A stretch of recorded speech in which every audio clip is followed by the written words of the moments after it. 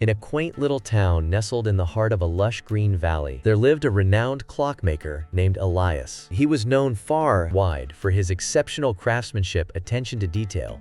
Every tick of his handcrafted timepieces was a testament to his unwavering dedication to his art. Elias's passion for clockmaking began when he was just a boy apprenticing under his grandfather, a master horologist himself. As the years went by, the young apprentice surpassed even his mentor's wildest expectations. And soon, people from all over the land flocked to the small town to get their hands on one of Elias's exquisite creations. Despite his growing wealth, Elias remained a humble, soft-spoken man. He found solace in the rhythmic ticking of his clocks, the intricate mechanisms that lay hidden behind their polished faces. His workshop, a cozy little cottage tucked away behind a lush garden, was his sanctuary, where he would spend hours upon hours, completely lost in his work. One autumn morning, as the first leaves began to turn golden, drift lazily to the ground, Elias received a letter that would change his life forever. The letter, sealed with a crest he had never seen before, informed him of the passing of a distant relative. He had never met a certain clockmaker, Cornelius. To his great surprise, Elias learned that he was the sole heir to Cornelius's vast estate, which included a sprawling manor house, an extensive collection of rare, valuable timepieces. Intrigued by the mysterious inheritance, the prospect of uncovering the secrets of another master clockmaker, Elias closed up his workshop, set off to the distant town of Whittlesby, where his late relative's estate awaited him.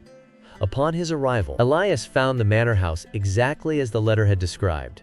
A grand, though slightly weathered testament to the wealth status of the late Cornelius, the estate's staff, who had been faithfully maintaining the property in the master's absence, greeted Elias with a mixture of curiosity, respect, eager to see if the new heir would measure up to the high standards set by his forebear. As Elias settled into his new surroundings, he began to explore the vast collection of timepieces left behind by Cornelius. He was awestruck by the sheer ingenuity on display, with clocks of every shape, size, and design adorning the manor's many rooms corridors. There were intricate astronomical clocks that charted the movements of the stars' planets, delicate music boxes that played hauntingly beautiful melodies, and even a towering grandfather clock that chimed a different nursery rhyme for each hour of the day. Among the countless treasures, however, there was one clock that captivated Elias more than any other. It was an unassuming little pocket watch, its silver case tarnished with age, its face simple, unadorned, yet as Elias held the watch in his hand, he felt an inexplicable connection to the man who had crafted it. Determined to unlock the watch's secrets, Elias spent every waking moment studying its intricate inner workings. He pored over his late relative's meticulous notes, sketches, piecing together the story behind the enigmatic timepiece. As weeks turned into months, Elias began to discover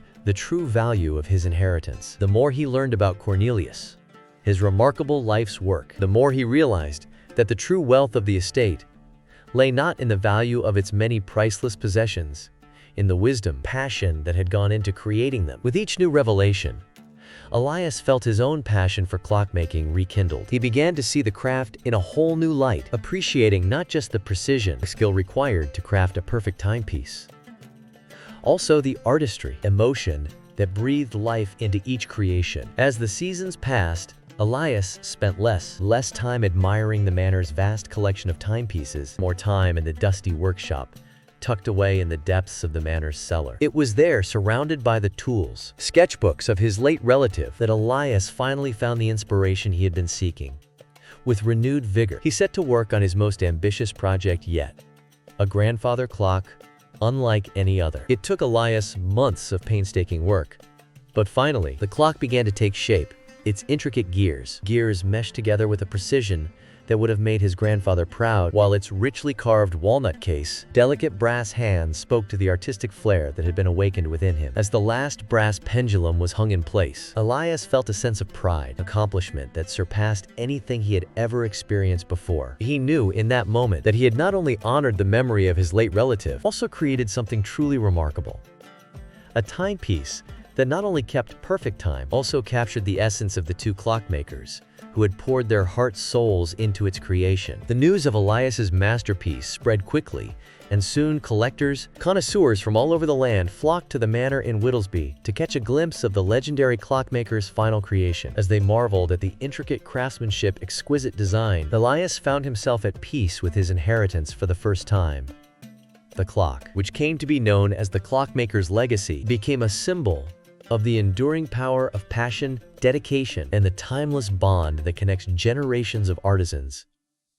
As for Elias, he realized that true wealth, legacy, were not measured in gold possessions, in the love, care that went into each carefully crafted moment of his life's work. The moral of this story is that true wealth, legacy, are found in the passion, dedication, and love we pour into our work, the connections we forge with others through our shared passions. The Clockmaker's enigmatic inheritance reminds us that the most precious treasures are often those that cannot be measured in material terms, are instead woven into the very fabric of our lives, the lives of those who came before us.